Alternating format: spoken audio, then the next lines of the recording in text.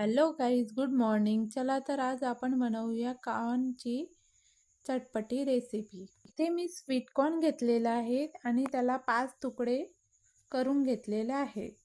हे बघू शकता गाईज, आणि उबालून घेतलेलं आहे.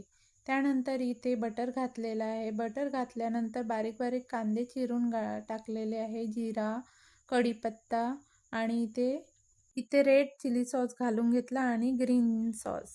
याला छान प्रकारे मिक्स करून घेतलेला आहे. स्वादानुसार नमक घातलेला आहे.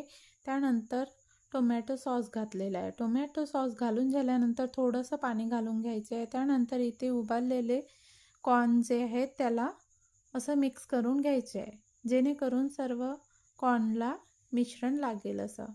आणि इथे काडीच्या सहाय्याने आपल्याला अशा प्रकारे सर्व करून घ्यायचे आहे. त्यानंतर इथे मी कोथिंबीर घालून घेतलेली आहे. बघू शकता गाईज, आपले कॉर्न किती छान प्रकारे. Please guys like. Hello guys, good morning. चला तर आज आपण बनवूया कॉर्नची चटपटी रेसिपी. इथे मी स्वीट कॉर्न घेतलेला आहे आणि त्याला 5 तुकडे करून घेतलेले आहेत. हे बघू शकता गाईज, आणि उबालून घेतलेलं आहे.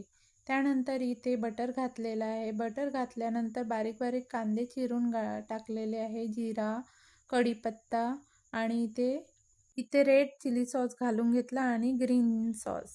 याला छान प्रकारे मिक्स करून घेतलेला आहे. स्वादानुसार नमक घातलेला आहे.